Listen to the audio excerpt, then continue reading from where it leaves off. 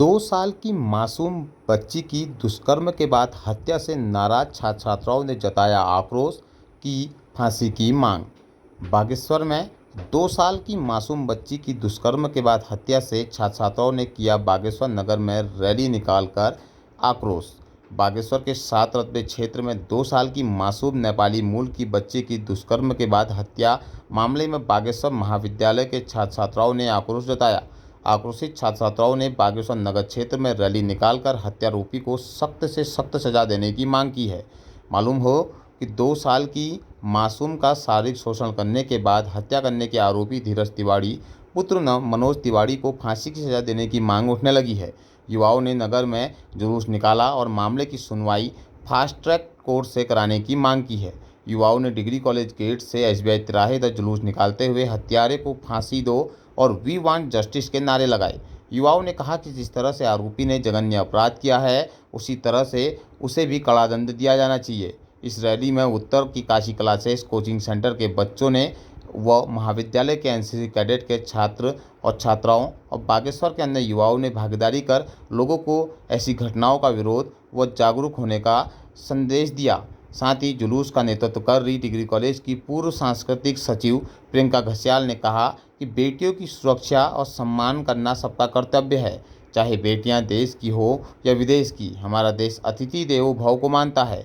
युवाओं ने कहा कि ऐसे अपराधी को कड़ा दंड मिलना चाहिए, तभी इस तरह के अपराधों को रोकने में मदद मिलेगी। जुलूस में भुवन जोशी, रोशन गढ़िया, कौशल्या मेहता, उमेश भंडारी, मुरली आदि मौजूद रहे। बागेश्वर में ही जो 7 रत्वे में है, कल उसका आरोपी पकड़ा भी गया है। 2 साल की बच्ची के साथ जो दरिंदगी हो रही है, ये सिर्फ बागेश्वर को लेकर नहीं है, ये हमारे उत्तराखंड देवभूमि को लेकर के है। ये हरिद्वार में हुआ है, अन्य जगहों पर इस तरह के छोटे छोटे बच्चों के साथ दरिंदगी होती है। दरिंदगी चाहे बच्चों के साथ हो बड़ों के साथ हो, गलत है। इस तरीके के कृत्यों के लिए उत्तराखंड सरकार द्वारा कोई ठोस कानून बनाना चाहिए, ताकि भविष्य में इस तरीके के कोई भी व्यक्ति अगर इस तरीके का कृत्य करता है तो उसका दंड उसको तुरंत मिल सके और वो इस तरीके के कृत्य को उठाने के लिए कोई साहस न दिखा सके।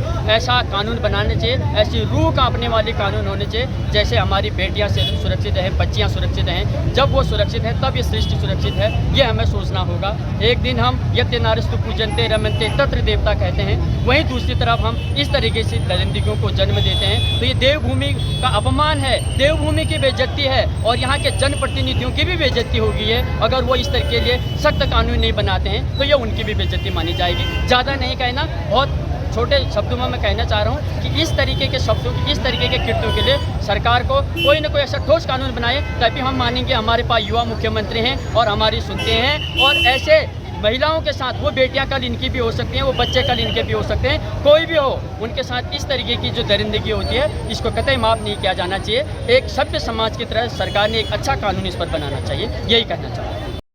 पहले तो वो 2 साल की बच्ची थी, उसका कोई कसूर भी नहीं था, लेकिन उसके साथ ये सब हुआ और वो नेपाल मूल की निवासी थी। और मैं यही कहना चाहूँगी कि भले वो नेपाल की हो, भारत की हो, हमारा कर्तव्य यही होना चाहिए कि चाहे वो दूसरे देश की है, चाहे वो हमारे जिले की है, चाहे वो हमारे देश की बेटियाँ हैं, हमें हर व्यक्ति का कर्तव्य होना चाहिए कि हम उनकी रक्षा करें, सुरक्षा करें। दूसरा, मैं सरकार से यही अपील करना चाहूँगी कि हमारे देश पे ऐसा कानून लाया जाए कि जो सीधा मृत्यु दंड ही उनको दिया जाए, दरिंदों को, उनको ज़्यादा सजाए और ना दी जाए, ताकि उनको आगे को हिम्मत ही ना बढ़े कि वो ये सब चीज़ें करने को मजबूर हों।